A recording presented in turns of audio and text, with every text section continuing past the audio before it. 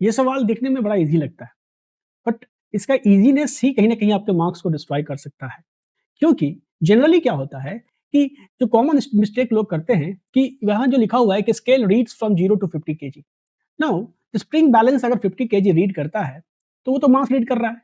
Now problem को solve करने में वो क्या केजी यूज़ करे या न्यूटन 50 न्यूटन यूज़ करे या 500 न्यूटन यूज़ करे? दे एक्चुअली गेट कन्फ्यूज़, ठीक है? बट द रियलिटी इज़ ये जो स्प्रिंग बैलेंस आप देख रहे हैं ना, ये जो स्प्रिंग बैलेंस कहीं इसमें स्प्रिंग होगा। ये जो स्प्रिंग बैलेंस आप देख रहे हैं, spring balance shows mass but spring responds to the force only, ठीक है? स्प्रिंग केवल फोर्स को रिस्पॉन्ड करता है। Spring does not know the kilogram actually. So ये जो सवाल है, ठीक है? ये सवाल मतलब इसमें आप केवल आंसर ही नहीं ढूँढेंगे, इस सवाल के ज़रिए आप जेईई और नीट के बहुत 5 डिफरेंट ट्रैप से भी बाहर निकल पाएँगे, जो एक्चुअली क्या होता है कि जब हम ये सोचते हैं कि क्या ग्रेविटी के बदलने से टाइम पीरियड चेंज हो जाएगी? या नहीं तो कभी-कभी हम ये कन्फ्यूज़ हो जाते हैं कि ये जो ऑक्सीलेशन है अगर ये लिफ्ट में हो रहा होता, तो क्या स्थिति बनती जो है सो? ठीक है? तो इसके सारे वेरिएशंस को हम लोग देखेंगे, प्लीज़ मेरे साथ बने रहें। So now this is the spring balance and I shall ask you a question, does the spring responds to the mass or does it respond to the force? मतलब अगर यहाँ इसके इस पे कोई मास हम लटकाते हैं, कोई ऑर्डिनरी मतलब मास है, आर्बिट्ररी मास है, तो क्या ये जो स्प्रिंग बैलेंस है, ये इस मास को रिस्पॉन्ड करता है या फिर it responds to the force? क्योंकि ये तो स्प्रिंग है, इसके अंदर तो स्प्रिंग है जो स्ट्रेच होगा, इस मास इस पे जो वेट लगेगा, mg नीचे लगेगा, जिसकी वजह से क्या होगा, स्प्रिंग स्ट्रेच होगा। तो ये जो स्प्रिंग है वो एक्चुअली में किसको रिस्पॉन्ड कर रहा है? ये फोर्स को रिस्पॉन्ड कर रहा है, वेट को रिस्पॉन्ड कर रहा है, ठीक है? It respond to the force. So spring balance has no idea what kilogram is, ठीक है? It stretches only because the force pulls it. Simple सी बात है। ये तभी स्ट्रेच होता है जब फोर्स इसको पुल करता है। इसको नहीं पता कि ये किलोग्राम क्या लटकाया हुआ है। It's just a calibration concept. What concept? It's a calibration concept. So spring balance is a practical device that converts force into extension. ये जो फोर्स लग रहा है, वेट जो mg नीचे लग रहा है, इसको ये स्प्रिंग के एक्सटेंशन में कन्वर्ट कर देता है। तो आप देखेंगे कि इसका जो कैलिब्रेशन है, it may be marked in the kilogram, ठीक है? Although each scales is marked in the kilogram, the spring itself respond only to the force, not to the mass. तो आप जो मास बदल बदल के लटका रहे हो और इसमें जो इसका जो स्केल चेंज हो रहा है, वो इस वजह से नहीं हो रहा है कि वो मास को रिस्पॉन्ड कर रहा है spring balance. It is actually responding to the weight of the body, ठीक है? रिस्पॉन्डिंग टू द फोर्स, ठीक है? And this distinction is the starting point of this problem. अब चलिए हम लोग प्रॉब्लम को समझते हैं। प्रॉब्लम ये कह रहा है कि स्प्रिंग बैलेंस जो है क्या है कि has a scale that reads 0 to 50 KG, ठीक है? मैक्सिमम जो रेंज है वो दे रखा है, 0 टू 50 केजी वो रीड करता है। अब स्प्रिंग बैलेंस जो है, तो अगर 0 टू 50 केजी रीड करता है और साथ में जो टोटल स्केल का लेंथ है वो 20 सेंटीमीटर हमारा दे रखा है। कितना है? 20 सेंटीमीटर दे रखा है। तो इसका क्या मतलब हुआ कि when the spring stretches by 20 centimetre या 0.20 मीटर, इसका मतलब यही हुआ कि जब स्प्रिंग इतना मीटर से स्ट्रेच होगा, तो इसका मतलब है कि it is experiencing a force of weight of the 50 KG, ठीक है? मतलब क्या चीज कि ये जो स्प्रिंग बैलेंस है, ठीक है? ये जो स्प्रिंग बैलेंस है, मतलब ये सपोज करो कि ये आपका स्प्रिंग बैलेंस है, इसमें कहीं स्प्रिंग लगा हुआ, यहाँ पे हुक है और इस पे अगर आपने 50 केजी का मास रख दिया, m इक्वल टू 50 केजी का मास रख दिया और इसके अंदर क्या है, ये स्प्रिंग बैलेंस है और ये कैलिब्रेटेड है। तो ये जो 50 केजी का मास रख दिया, तो इसमें जो रीडिंग होगा, कि जो कैलिब्रेशन में जो रीडिंग होगी वो कितनी आएगी? मैक्सिमम रीडिंग 0.20 मीटर इसकी रीडिंग आएगी। तो जब 0.20 मीटर इसकी रीडिंग आएगी, तो उस समय जो वेट होगा, ठीक है? इस पे जो वेट फोर्स जो उसको एक्सटेंशन दे रहा होगा, वो वेट ऑफ द 50 केजी। मतलब क्या कि फोर्स कितना आ गया, जो मैक्सिमम फोर्स लगेगा इस केस में वो कितना आ जाएगा? तो 50 इंटू जो जी होगा, जानते हैं नीचे mg लगता है, तो यहाँ पे जी होगा एक्सेलरेशन ड्यू टू ग्रेविटी, तो हम लेंगे 50 into 9.8 and this will be 490 Newton. तो ये फोर्स लगेगा और इस फोर्स की वजह से जो स्प्रिंग में एक्सटेंशन हो रहा होगा, क्या हो रहा होगा? एक्सटेंशन हो रहा होगा और इस एक्सटेंशन की वजह से स्प्रिंग कितना स्ट्रेच हो रहा है, तो वो प्रॉब्लम में दे रखा है 0.20 मीटर, मतलब एक्स मैक्स जो है, मैक्सिमम एक्सटेंशन कितना है? 0.20 मीटर। तो कहीं ना कहीं अगर हम हुक्स लो यहाँ अप्लाई कर दे, ठीक है, कैचेस हुक्स लो अगर हम अप्लाई कर दे, तो we can simply write F बराबर कैचेस के एक्स, ठीक है? क्योंकि इसके अंदर स्प्रिंग है and the spring responds with this equations, ठीक है? F equal to k x, अगर ये आइडियल स्प्रिंग है तो यहाँ से हम निकाल सकते हैं कैचेस कि यहाँ जो स्प्रिंग कांस्टेंट है, जैसे इस स्प्रिंग बैलेंस में, ये जो स्प्रिंग बैलेंस है, ठीक है, स्प्रिंग बैलेंस है, इस स्प्रिंग बैलेंस का जो स्प्रिंग है उसका कांस्टेंट के बराबर क्या हो जाएगा? तो ये F max by x max, maximum extension, ठीक है? So what is this? This is the 490 by 0.20, what is this? 2450। अब मल्टीप्लाई करके देख ले, newton metre inverse. So this is the force constant. तो आपने क्या किया कि स्प्रिंग का एट्रीब्यूट जो था वो निकाल लिया, के की वैल्यू आ गई।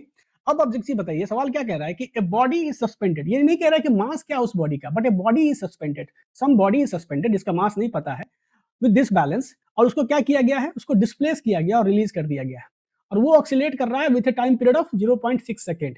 ठीक है, मतलब कहने का क्या है, आपने वर्टिकल स्प्रिंग के केसेस में, ऑक्सीलेशन के केस में पढ़ा था कि अगर हम एक मास m यहाँ डाल देते हैं, ठीक है, तो इस पे क्या लगता है, इस पे इसका वेट जो है mg नीचे जाता है, इसकी वजह से इक्विलिब्रियम कंडीशंस क्या आती है, ये स्प्रिंग स्ट्रेच होता है और एक पर्टिकुलर इक्विलिब्रियम कंडीशन आता है जब यहाँ पे स्प्रिंग का फोर्स और जो मतलब स्प्रिंग का जो फोर्स है और नीचे जो वेट है वो बराबर हो जाता है। You better know this. तो अब क्या होगा कि जब इसको डिस्टर्ब करते हैं, इसके इक्विलिब्रियम पोजीशन से जब हम इसको डिस्टर्ब करके छोड़ेंगे, ठीक है, तो व्हेन वी रिलीज इट, सवाल तो यही कर रहा है कि हमने क्या किया है कि बॉडी को सस्पेंड किया है इस बैलेंस से, और उसके बाद क्या किया, जब व्हेन डिस्प्लेस्ड एंड रिलीज, थोड़ा सा डिस्प्लेस करके मैंने डिस्टर्ब करके मैंने छोड़ दिया है, और वो ऑक्सीलेट कर रहा है 0.6 सेकेंड से। तो मुझे पता है कि वर्टिकल स्प्रिंग ऑक्सीलेशन का जो टाइम पीरियड होता है टी बराबर क्या होता है, 2 pi root under m by k. मतलब क्या देख रहे हैं आप लोग कि टाइम पीरियड ऑफ ऑक्सीलेशन जो है वो क्या है, ये ग्रेविटी से इंडिपेंडेंट है। ठीक है, ग्रेविटी क्या इन्फ्लुएंस कर रही है, इक्विलिब्रियम पोजीशंस को, ये चीज याद रखिएगा, gravity only influences the equilibrium condition, equilibrium positions को इन्फ्लुएंस करता है। ठीक है, जितना ग्रेविटी होगा उसी हिसाब से एक्सटेंशन होगा, तो इक्विलिब्रियम कंडीशंस उसी हिसाब से बनेगा। लेकिन जो टाइम पीरियड है, जब इक्विलिब्रियम कंडीशन से आप जब उसको डिस्टर्ब करते हैं और तब जो ऑक्सीलेशंस होता है ऊपर नीचे, तो वो जो टाइम पीरियड होता है, it is independent of the gravity. क्या देख रहे हैं आप लोग, time period is independent of the gravity. Time period of oscillation, यहाँ क्या मिल रहा है, time period of oscillation is independent of the gravity, independent of gravity, gravity से ये स्वतंत्र है। ठीक है, तो जब इंडिपेंडेंट है ग्रेविटी से, तो फिलहाल तो प्रॉब्लम में दे रखा टाइम पीरियड कितना है, 0.6 second, this is equal to 2 pi root under m, और k की वैल्यू आप लोगों ने निकाल ही ली, 2450। तो यहाँ से जब इसको आप करोगे, क्या करोगे भाई, इसको 0.6 बाई 2 पाई तो कर ही लोगे, इसको स्क्वायर कर ही लोगे, और ये आ जाएगा कितना, m बाई 2450। अब क्रॉस मल्टीप्लीकेशन तो करना आता होगा तुमको, तो m बराबर आ गया 22.4 kg। अब क्या होगा कि कुछ महानुभाव यहीं पे रुक जाएंगे, ठीक है, लेकिन सवाल को नहीं समझेंगे। सवाल क्या पूछ रहा है, what is the weight of the body, weight पूछ रहा है, ये मास नहीं पूछ रहा है। तो तुम्हें क्या करना पड़ेगा, वेट ऑफ द बॉडी क्या निकालोगे, weight of the body is equal to mg, मतलब कितना, तो 22.4 into 9.8, and this will lead to you 220 newton. I hope वो इतना ही आएगा। ठीक है, टॉक अबाउट द वेरिएशन। मान लो कि जो स्केल है, स्केल का लेंथ था 20 सेंटीमीटर नहीं 40 सेंटीमीटर हो गया। प्रॉब्लम में क्या दिक्कत दे रखा था कि ये जो रेंज है स्केल्स के, ये रेंज का मैक्सिमम रेंज कितना था, तो 20 सेंटीमीटर था।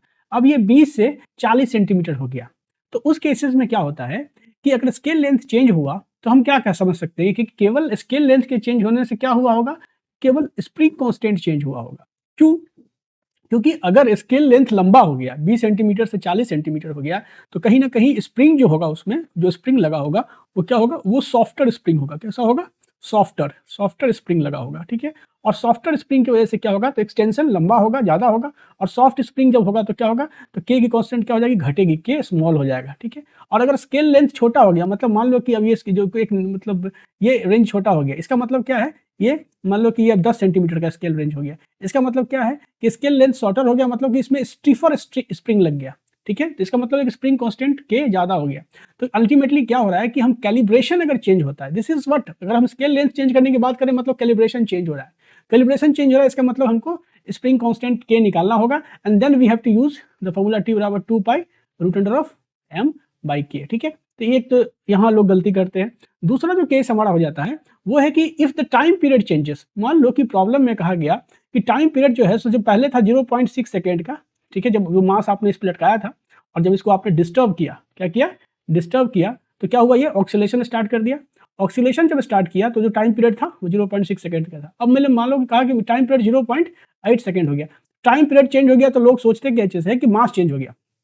ठीक है, और जब मास चेंज, लोग सोचते हैं कि स्प्रिंग का स्टिफनेस चेंज हो गया। ठीक है, अंदर जो स्प्रिंग है उसमें कुछ चेंजेस आ गया, बट नहीं, only the mass m changes. ठीक है, only the mass m changes. अगर टाइम पीरियड चेंज हो रहा है तो केवल मास चेंज हो रहा है। ठीक है, जो इसका स्प्रिंग का जो स्टिफनेस है के सेम ही है, मतलब जो time period is a mass detector not a force detector. तो यहाँ हम जनरली मिस्टेक करते हैं।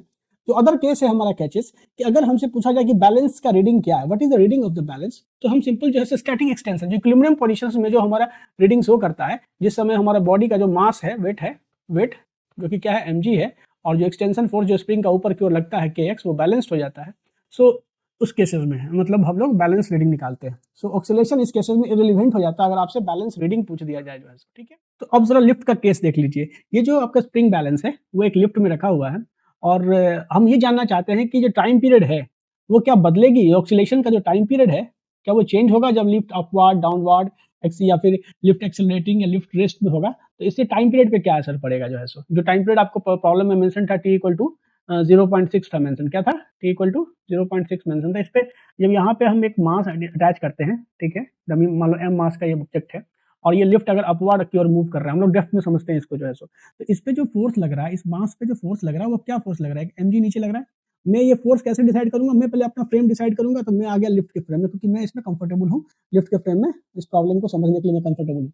मैं लिफ्ट के फ्रेम में आ गया तो मैं भी एक्सेलरेटिंग फ्रेम में हूँ, तो न्यूटन लॉ अप्लाई कर रहा हूँ तो मुझे सूडो फोर्स लगाने होंगे। तो मैं चूंकि अपवर्ड एक्सेलरेट कर रहा है हमारा फ्रेम, तो हम इस ऑब्जेक्ट पे एक डाउनवर्ड फोर्स लगाएंगे m इंटू ए, जो सूडो फोर्स होगा। तो अभी अगर दो फोर्सेज लग रहे हैं तो इक्विलिब्रियम की अवस्था में क्या होगा, जब इक्विलिब्रियम होगा तो जो इस पे एक्सटेंशन होगा स्प्रिंग में, मान लो कि ये एक्स नोट एक्सटेंशन हुआ, तो क्या हो रहा है कि दोनों फोर्सेज इक्विलिब्रियम में बैलेंस हो जाएंगे। तो मैं लिख सकता हूँ क्या चीज कि k times of x not this is equal to what, m into यहाँ पे m a प्लस जी। ये क्या हो गया, एट इक्विलिब्रियम कंडीशंस हो गया, एट इक्विलिब्रियम कंडीशन, इसमें तो कोई इशू नहीं है। अब अगर मैं इस सिस्टम को डिस्प्लेस करता हूँ, कितना से डिस्प्लेस करता हूँ, मान लो कि ये सिस्टम को मैं वाई लेंथ से फर्दर डिस्प्लेस करता हूँ और फिर रिलीज करता हूँ। मतलब क्या चीज, if the system is displaced by y length and released, तो मैंने डिस्टर्ब किया, रिलीज किया, तो ऑक्सीलेशन होगा। तो ऑक्सीलेशन के लिए क्या होगा, जनरेट होगा, रिस्टोरिंग फोर्सेस जनरेट होंगे, एडिशनल रिस्टोरिंग फोर्सेस जो इस बॉडी को खींचेगा ऊपर की ओर। तो ये जो रिस्टोरिंग फोर्सेस होगा, एफ रिस्टोरिंग फोर्स, जब आप इसको डिस्टर्ब करते हो तो कितना प्रोड्यूस हुआ। तो आप देख लो, यहाँ जो एक्सटेंशन आपने किया, मान लो कि y एक्सटेंशन फर्दर किया है, तो आप स्प्रिंग फोर्सेस क्या लिख सकते हो, k into x not plus y, और नीचे फोर्सेस तो ये काम कर ही रहे होंगे, m a plus m g, तो minus of m a m into a plus g. यही तो नीचे फोर्स काम ही कर रहे होंगे, और ऊपर यहाँ पे ऊपर की ओर क्या काम कर रहा होगा, जब y करेंगे तो f रिस्टोरिंग काम कर रहा होगा। तो यहाँ से देखो क्या चीज कि k इंटू एक्स नॉट, ठीक है, k इंटू एक्स नॉट क्या है, एम ए प्लस जी है, तो यहाँ पे लिखो m a plus m g, ठीक है, और प्लस यहाँ पे k y minus m a minus m g. तो फाइनली क्या हुआ, तो आपका ये और ये कट गया, तो मतलब रिस्टोरिंग फोर्सेस क्या आया आपका, के इंटू वाई, ठीक है। और रिस्टोरिंग फोर्स मतलब मास इंटू एक्सेलरेशन बराबर क्या आ गया, के इंटू वाई। ये रिस्टोरिंग फोर्सेस क्या अपवर्ड डायरेक्शन में है, ये जो डिस्प्लेसमेंट के अपवर्ड डायरेक्शन में, that's why we will insert है नेगेटिव साइन है। तो अब मैं क्या देख रहा हूँ कि d two y by d t square is equal to minus k by m, यहाँ पे y आया। तो अल्टीमेटली हम क्या लिख सकते हैं कि जो ओमेगा स्क्वायर की वैल्यू है, मतलब ओमेगा स्क्वायर की वैल्यू कितना आ गया, root under what is omega square, ये जो पैरामीटर है ओमेगा स्क्वायर हो गया, तो omega square k by m हो गया, ठीक है, के बाई एम। तो ओमेगा की वैल्यू क्या, root under k by m, और इसलिए टाइम पीरियड बराबर क्या हो गया, 2 pi root under, sorry omega square बराबर क्या आ गया, तो के बाई एम आ गया, तो 2 pi root under m by यहाँ पे के टाइम पीरियड आ गया। तो क्या हुआ कि लिफ्ट के एक्सेलरेटेड होने की वजह से भी टाइम पीरियड में कोई बदलाव नहीं हो रहा है। तो यहाँ कह रहा है कि time period still remains the same, ठीक है। तो लिफ्ट ऊपर जाए या नीचे जाए, इससे ऑक्सीलेशन का टाइम पीरियड नहीं बदल रहा है। हाँ, इफेक्टिव ग्रेविटी चेंज हो रही है, और इसीलिए इक्विलिब्रियम शिफ्ट भी चेंज हो रहा है। जो ये जो एक्स नोड है जो लिफ्ट में अचीव हो रहा होगा इक्विलिब्रियम की अवस्था में, ठीक है, ये जो इक्विलिब्रियम एक्स नोड यहाँ अचीव हो रहा होगा, और जब बाहर में आप कर रहे होंगे तो इन दोनों एक्स नोड की वैल्यू चेंज होगी, and that's why the effective gravity changes, ठीक है। इफेक्टिव ग्रेविटी चेंजेस होने की वजह से इक्विलिब्रियम शिफ्ट चेंज हुआ है, ठीक है, इक्विलिब्रियम शिफ्ट चेंज हुआ है। तो ये चीजें मतलब आपके विजुअलाइजेशंस के लिए था। Thank you.